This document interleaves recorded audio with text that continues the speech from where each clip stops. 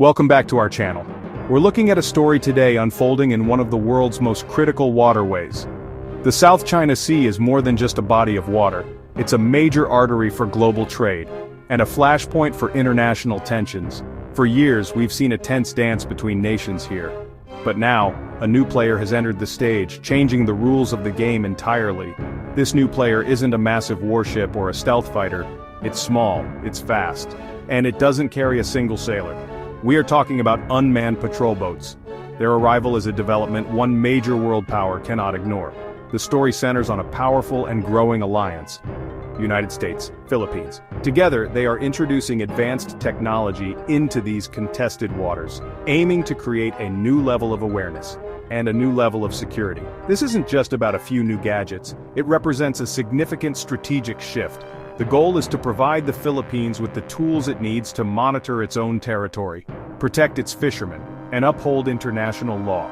It's a quiet revolution, happening on the waves, promising very loud consequences for the region. These unmanned vessels are at the heart of a much larger strategy, a symbol of renewed commitment between old allies facing new complex challenges. As tensions simmer and sometimes boil over, these robotic boats offer a way to see what's happening in real time, without putting human lives in the direct line of fire. They can patrol vast areas, gather intelligence, and stream data back to command centers hundreds of miles away. It's a bold move designed to change the strategic calculus in a region where every move is carefully watched by the entire world. So, what exactly are these unmanned patrol boats, or as the experts call them, unmanned surface vessels, USVs? Imagine a small, sleek boat, but with no one on board to steer it. Instead, it's controlled by a human operator from a safe location, sometimes hundreds of miles away, or it can even operate on its own using artificial intelligence. These are not simple, remote-controlled toys.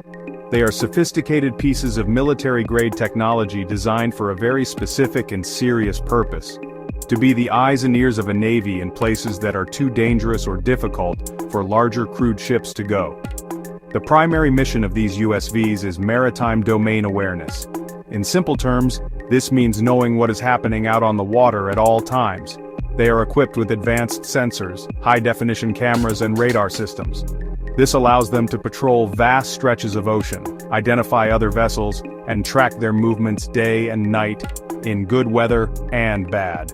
The information they gather is then sent back to a command center in real time, giving decision-makers a clear and immediate picture of the maritime environment. The United States has supplied the Philippines with several types of these advanced boats. Two notable models are the Mantis T-12. The Mantis T-12 is a smaller 12-foot vessel. It's all electric, very fast, and can carry a variety of surveillance equipment. Think of it as a nimble scout, able to zip around quickly to investigate points of interest. The Devil Ray T-38 is a larger and more robust platform, capable of longer missions and carrying heavier payloads. Together, they form a versatile team, able to handle different tasks as part of a coordinated surveillance network. The reason for this supply is clear: to bolster the Philippines' ability to monitor its own waters, particularly the area it calls the West Philippine Sea.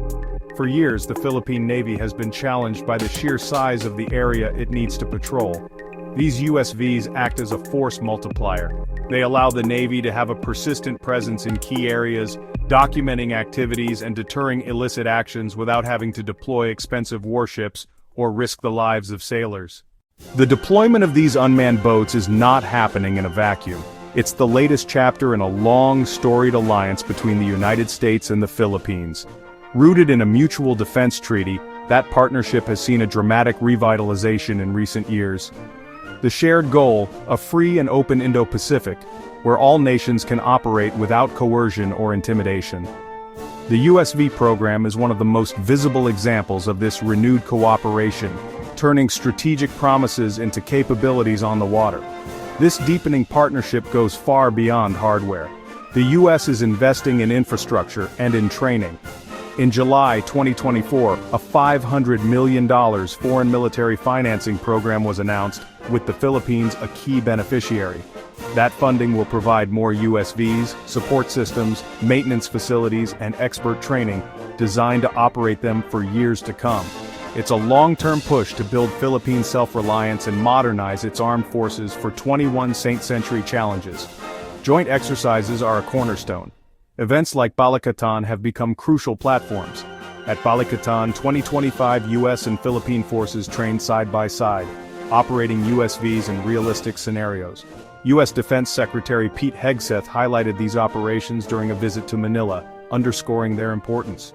These exercises build muscle memory and trust, so the two militaries can act seamlessly if a real crisis erupts. To accelerate this effort, a public-private maritime security consortium launched in late 2024. Managed by the Defense Innovation Unit, it provides up to $95 million annually to bring cutting-edge unmanned systems from the private sector to Southeast Asian partners. The Philippines is a primary focus. It's a way to bypass slow bureaucracy and get the latest tech into allies' hands quickly, helping them keep pace with a rapidly changing security landscape. This multi-pronged approach shows how serious the commitment is. Technology is only as good as the infrastructure and people that support it. Recognizing this, the United States and the Philippines are not just deploying new boats. They are building new bases and establishing specialized units to operate them. A key development is the construction of a new facility on the western coast of Palawan, in the municipality of Quezon. This location is strategically vital, situated only 160 miles from the flashpoint of 2nd Thomas Shoal. This base is being specifically designed to host watercraft, including the new fleet of unmanned surface vessels. The design of this Palawan facility emphasizes speed and readiness. The plans call for a system that can get the USVs from the base into the water and on their way to a mission within just 15 minutes. This rapid deployment capability is critical in a region where situations can escalate quickly. Being able to launch a surveillance mission at a moment's notice provides a huge tactical advantage. The base, funded by the United States, is expected to be fully operational by early 2026, serving as a forward operating hub for the Philippine Navy's growing unmanned fleet. To manage this new fleet, the Philippine Navy formally established a dedicated unmanned surface vessel unit in 2024. This specialized unit is based in Subic Bay, a location with a long history as a strategic naval port. Creating a separate unit ensures that there are sailors and officers with the specific expertise needed to operate, maintain, and analyze the data from these sophisticated systems. It marks a formal embrace of unmanned technology as a core component of the Philippines' future naval strategy, moving it from a novelty to an essential part of their operational toolkit. In addition to building new facilities, the United States is also upgrading existing ones.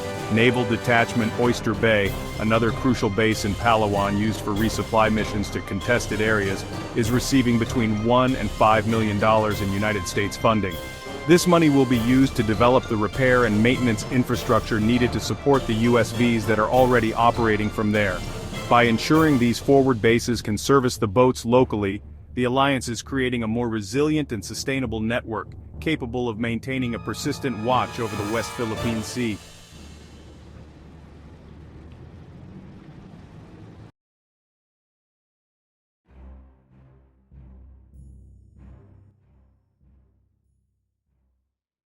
Let's dive deeper into the incredible technology that makes these unmanned boats so effective.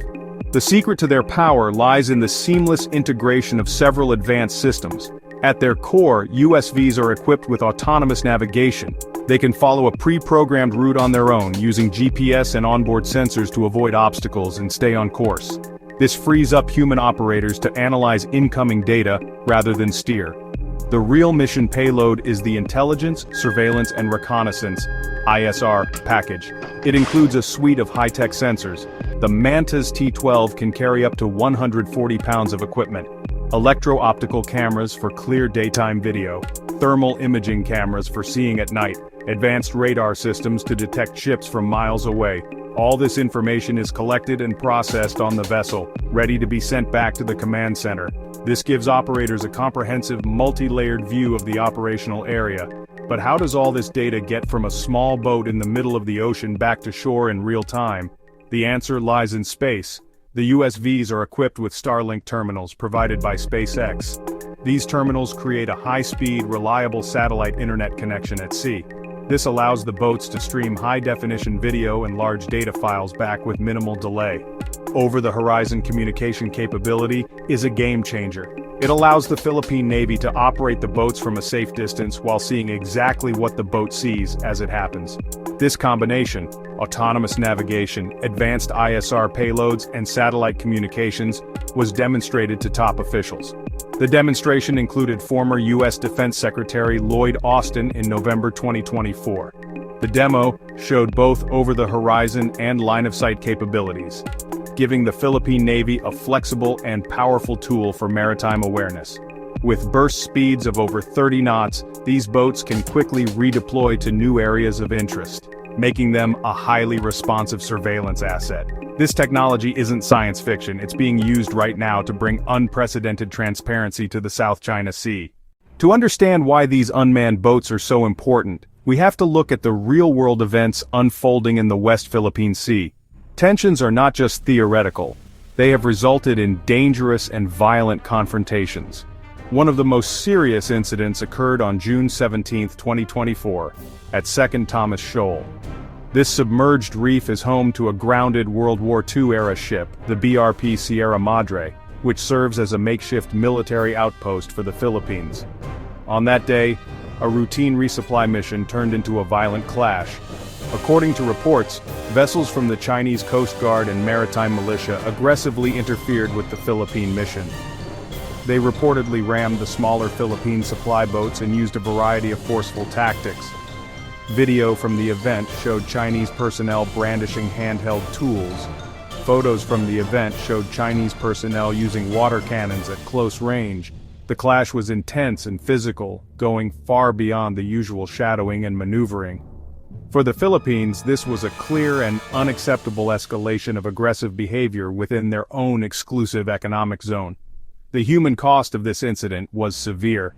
During the chaos, a Filipino sailor suffered a grievous injury, losing a finger in the confrontation. This event sent shockwaves through the Philippines and across the international community. It was a stark reminder of how quickly these maritime standoffs can escalate into actual physical harm. The incident underscored the immense risks that Filipino sailors face every time they undertake a mission to resupply their own outpost. It also highlighted the urgent need for new ways to conduct these missions more safely. The June 17th clash became a major catalyst for change. It directly led to the formal establishment of a U.S. military unit called Task Force Ayungin, named after the Philippine term for the shoal. U.S. Defense Secretary Lloyd Austin confirmed its existence in mid-2024. This task force, based in Palawan, is dedicated to providing technical assistance and intelligence support for the Philippines' USV operations. While the missions themselves remain purely Philippine-led, the task force ensures they have the best possible support. The incident proved that the old ways were too dangerous, and that new technology like USVs was no longer an option but a necessity. China has not been a passive observer of these developments. Beijing has consistently and forcefully asserted its claims over nearly the entire South China Sea, ignoring a 2016 international tribunal ruling that invalidated them. The increased U.S.-Philippines cooperation and the deployment of advanced surveillance technology are seen by Beijing as a direct challenge to its regional ambitions. In response, China has not backed down.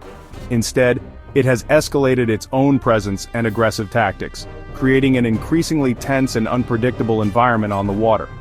Throughout 2024 and into 2025, we have seen a clear shift in Chinese tactics toward what analysts call a more direct use of force. This includes not just the aggressive use of water cannons and military-grade lasers, but also deliberate physical contact between ships. Chinese Coast Guard vessels, which are often much larger than their Philippine counterparts, have been used to block Philippine boats, bump Philippine boats, ram Philippine boats in an attempt to intimidate them and disrupt their missions. This pattern of behavior is designed to assert dominance and enforce China's claims without firing a shot, a classic gray zone strategy. One of the most intimidating tools in China's arsenal is its massive Coast Guard cutter, Vessel 5901, often nicknamed the Monster Ship. This ship, at 165 meters long, is the largest Coast Guard vessel in the world, dwarfing nearly everything the Philippine Navy or Coast Guard can deploy. In January 2025, China deployed this massive ship to the waters around Scarborough Shoal, another contested feature. The presence of such a vessel is a powerful act of intimidation, a clear physical statement of China's power and its willingness to use its size advantage to control the seas. China's official response has been to blame the Philippines and the United States for raising tensions. Chinese officials have accused the Philippines of provoking incidents and have warned the U.S. against interfering in what they consider to be a regional dispute. They view the USV program and the new bases as part of an American strategy to contain China. This narrative ignores the aggressive actions of their own vessels, but it is a consistent message from Beijing. The result is a dangerous cycle of action and reaction, where each side's defensive moves are seen as offensive by the other, pushing the region closer to a crisis. The escalating tensions in the South China Sea are not just a concern for the Philippines, the US, and China. The entire international community is watching with growing anxiety. This waterway is a critical artery for global commerce, with trillions of dollars in trade passing through it every year. Any disruption or conflict in the region could have devastating consequences for the global economy.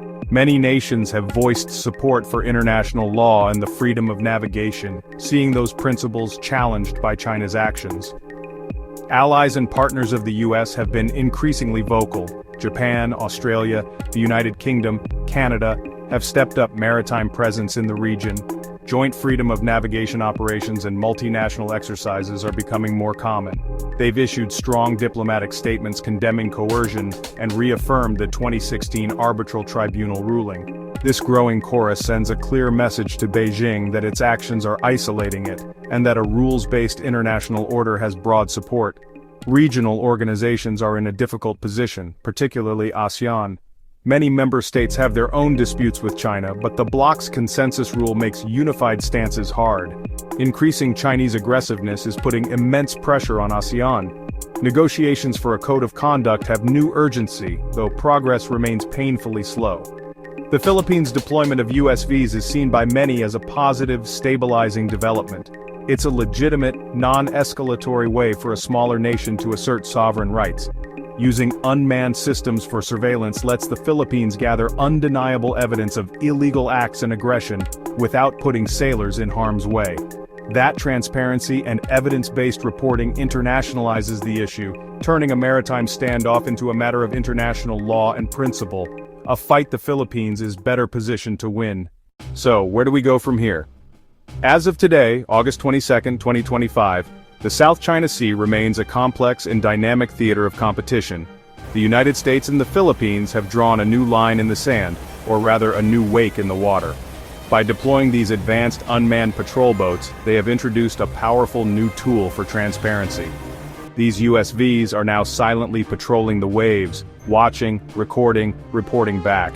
They represent a strategic decision to counter intimidation with information and to empower an ally to stand up for its rights under international law.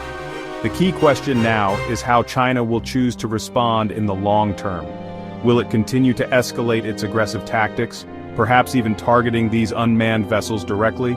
Or will the persistent, undeniable evidence gathered by these boats force a change in strategy?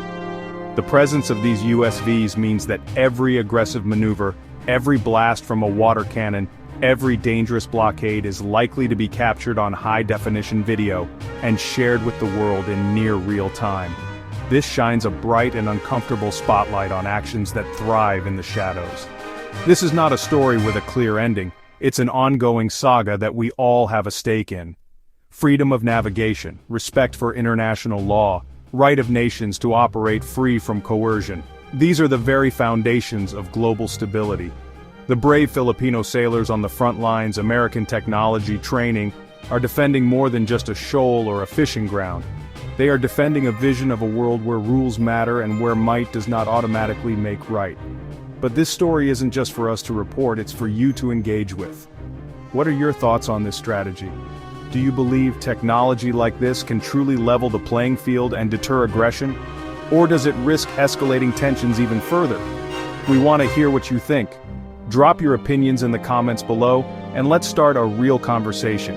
And if you want to stay on top of this critical story as it continues to unfold, make sure you hit that subscribe button and ring the bell. This is one issue you won't want to miss. Thanks for watching.